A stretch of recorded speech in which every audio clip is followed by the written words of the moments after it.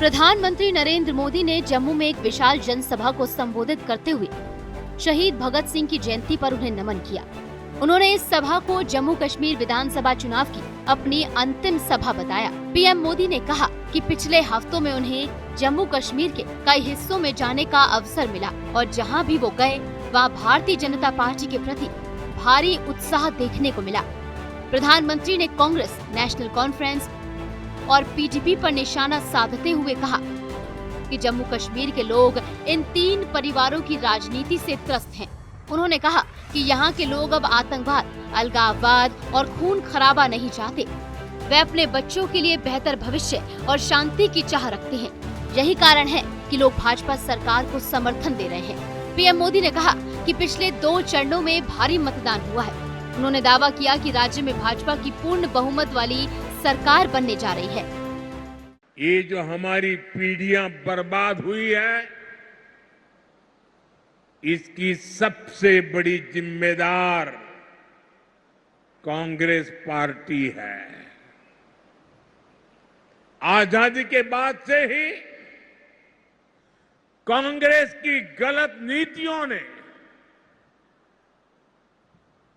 आपको सिर्फ और सिर्फ तबाही दी है।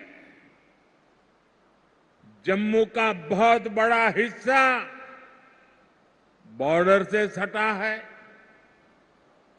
आप वो दौर याद कीजिए जब सीमा पार से आए दिन गोले बरसते थे। आए दिन मीडिया में ब्रेकिंग न्यूज चलती थी।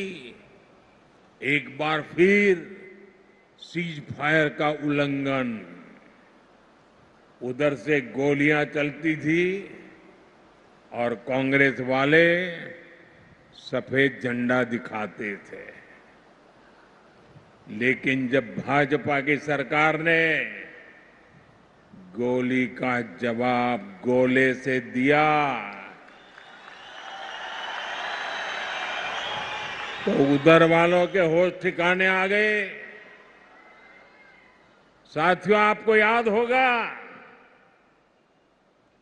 आज 28 सितंबर है।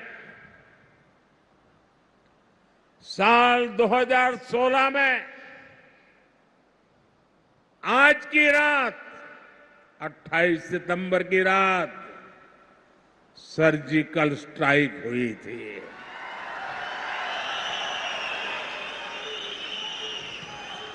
भारत ने दुनिया को बता दिया था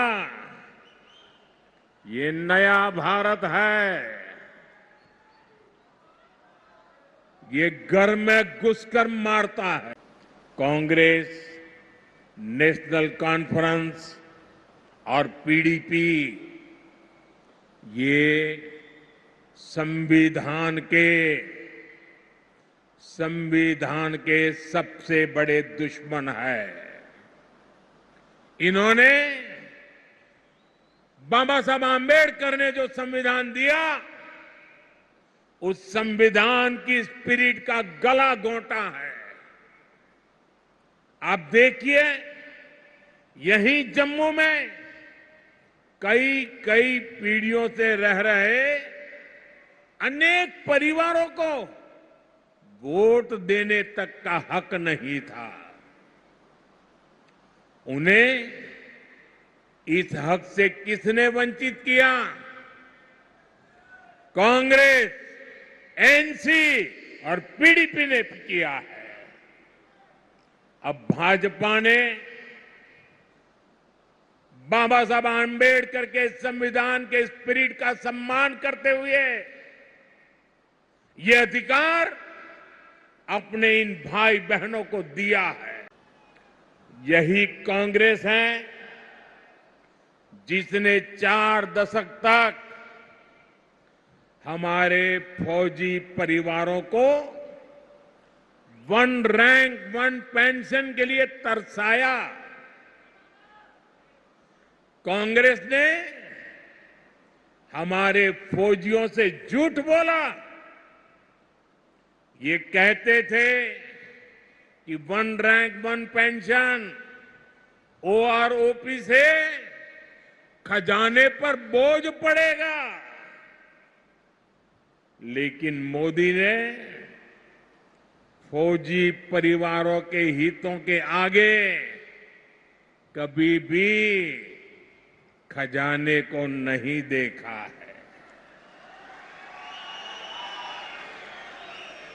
और इसलिए 2014 में सरकार बनने के बाद हमने OROP लागू किया।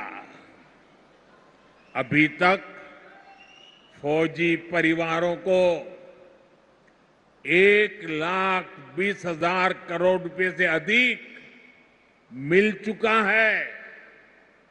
हाल में हमने OROP को रिवाइज भी किया है, जिससे फौजी परिवारों को और ज्यादा पैसा मिलना तय हुआ है। प्रधानमंत्री ने जम्मू के लोगों से विशेष आग्रह करते हुए कहा कि इतिहास में इससे पहले कभी ऐसा मौका नहीं आया है जैसा इस चुनाव में आया है। पहली बार जम्मू क्षेत्र के लोगों की इच्छा वाली सरकार बनने जा रही है। ये मौका मंदिरों की नगरी के लिए महत्वपूर्ण है और इसे गंवाना नहीं चाहिए। पीएम मोदी ने आश्वासन दिया कि भाजपा की सरकार बनने के बाद वे जम्मू के लोगों की हर पीड़ा को दूर करेंगे। उन्होंने नवरात्रि और विजयादशमी का उल्लेख करते हुए कहा कि 8 अक्टूबर को मां के नवरात्र के दिन चुनाव नतीजे आएंगे और इस बार की विजयादशमी शुभ शुरुआत वाली होगी। सभा के अंत में मोदी ने कहा कि जम्मू, सांबा और कठुआ में चारों तरफ एक ही नारा गूंज रहा है, जम्मू की यही पुकार, आ रही भाजपा सरकार। उन्होंने विश्वास जताया कि इस चुनाव में जम्मू कश्मीर एक नया अध्याय लिखने जा रहा है और भाजपा की सरकार राज्य की सभी समस्याओं का समाधान करेगी। कुल मिलाकर जम्मू कश्मीर में आखिरी चरण के चुनाव के लिए प्रचार कल थम जाएगा। अब देखने वाली बात होगी कि 90 सीटों की लड़ाई में कौन जम्मू पर राज करता है। Bureau report, network 10।